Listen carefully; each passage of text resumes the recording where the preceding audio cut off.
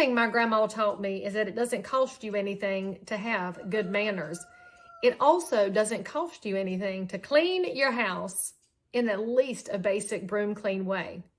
When it's time for you to sell your house in North Carolina, you should know the buyers are going to have the opportunity to do a final walkthrough before closing. That does not mean that we're looking for perfection. It just means that when you pulled your Oriental rugs up, that we don't find any surprise red wine stains. Or in one of my favorite code of ethics stories ever, there was this one time, y'all, when the sellers took the rugs and up underneath, there were no hardwood floors. The dining room had a perimeter of hardwoods and they were not up under the rug. Talk about craziness, but that's what we're looking for on a final walkthrough. Now, in addition to looking at the stuff and looking at the floors and making sure there's no holes punched in the walls, it is reasonable for you, the home seller, to leave the house in what we call broom clean condition. That means we don't expect you to hire a professional cleaner unless it's in the offer to purchase and was discussed amongst yourselves, but that you would run the vacuum and haul your trash off.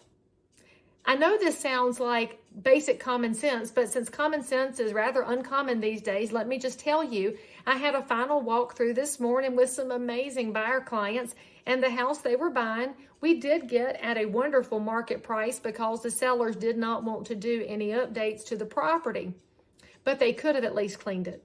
They didn't haul off all the things they were supposed to haul off. They hauled off a few things reluctantly because we had asked the listing agent prior, but we were told it would be cleaned out and it was not. And in addition to them leaving some sad little pieces of patio furniture, there was broken glass all over the floor in the garage. Now, y'all, that's not good manners. You should not leave broken glass, trash, and the saddest part, this busted garage door opener, it was laying on the step in pieces. Now, I understand the people selling the home were in conflict with one another. That happens.